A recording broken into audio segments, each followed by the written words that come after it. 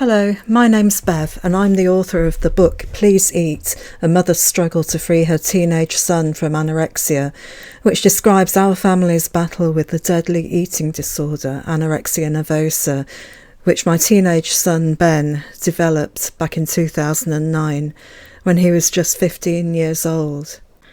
This post is from the 8th of April 2011, and it looks at the contract and how that's successfully being rolled out, and the fact that the psychiatrist part of the CAMS team had been away for 3 weeks, which to me demonstrates why it's so essential to involve parents in the treatment of an eating disorder and its recovery process.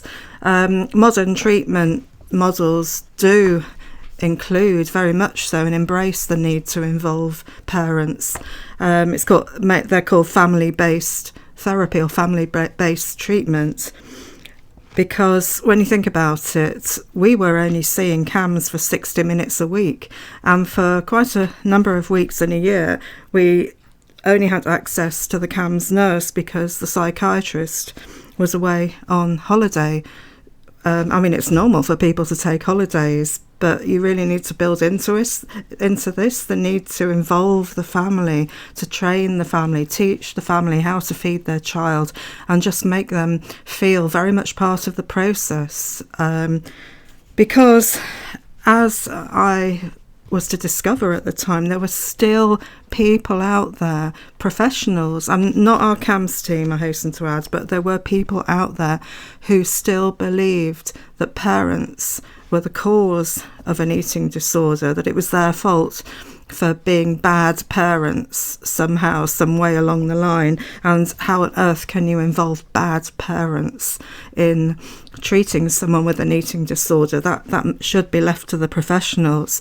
Although I do know that for quite a number of CAMS sessions, Ben was treated on his own away from me, and I had to sit in the waiting room, which was incredibly frustrating, especially if I was trying to pin down the CAMS team to ask them questions. You might say, well, couldn't I phone them and ask questions? But no, another thing that made it really hard was that it was made really difficult to contact the team that was treating Ben. We had to ring up the receptionist, and she would have to leave notes in pigeonholes and hope that the psychiatrist or CAMS nurse would see it and hope that they would ring us back or email us. We weren't allowed to contact them directly. And at one point, this was withdrawn altogether. It was just a blanket, not allowed to contact them.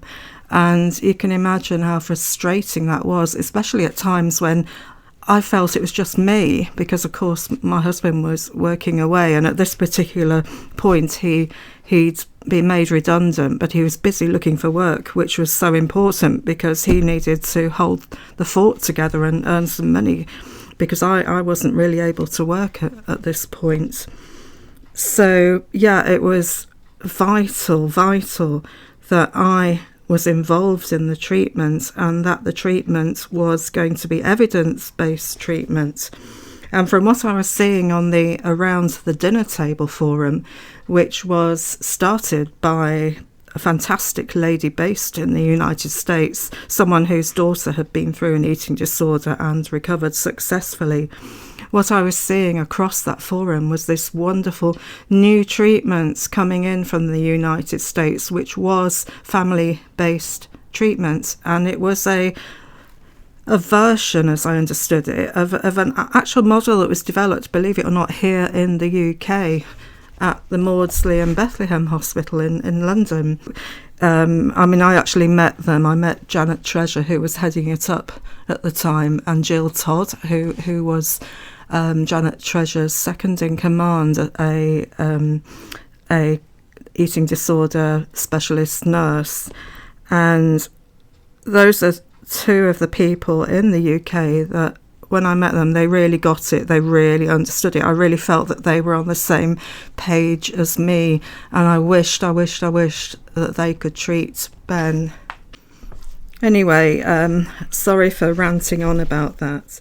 The other thing about this post is that as far as the contract goes, I was rolling it out without having run it in front of the psychiatrist, purely and simply because she'd been away on holiday. However, I had talked it through with the CAMHS nurse, and she was happy for it to go ahead and see if it worked.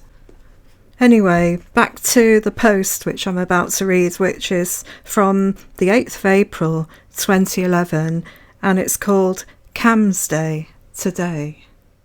It's Friday, which means it's CAMHS Day, but no weigh-in as we're doing fortnightly weighing sessions now. The psychiatrist has been away for 3 weeks, so it will be interesting to see where we go from here. The contract is still going strong, and Ben spent some of the points last weekend on some Warhammer models which he paints. So points really do win prizes, but do they get results? I believe it's working. Since we started the contract, Ben's made an effort to get into school more, even when he hasn't slept, and this week has been particularly bad on that level. He is challenging himself more by eating extra calories, facing fear foods, not just once, but again and again, for example, chocolate. And he is still sticking to the exercise part of the contract, which is making his life a lot easier. Now that he's broken up from school for the Easter holidays, I suggested we come up with something else that earns points to replace the points he gets for going into school, which were 1 point for a part morning, 2 points for a full morning, and which will rise to 3 points for a full day, plus another point for successful school dinners, maybe. So he doesn't lose out now he's on a 3-week break. I reminded him that this is a two-way thing. It's not me imposing my will on him. It's a joint effort where we both agree what goes into the contract. He suggested points for revising for exams, but I reminded him that we're talking about things that aid his recovery from anorexia. So although revising is extremely commendable, we can't include it in the contract, and he was fine about that. Ben studies A-level psychology, and coincidentally, they've been looking at contracts of a means of aiding recovery from various mental illnesses. So that has reinforced our contract in his mind as something that has been proven to work. I wonder why our CAMHS team never suggested it. In fact, the nurse had never heard of a contract like this. Yet another example of why I believe the United States is ahead of the UK in the successful treatment of and research into eating disorders. And that's the end of that entry. You'll find a link below to my blog, and you'll also find a link to my website where you can download free PDFs of my blog, and also a link to Amazon where you can buy a copy of my book.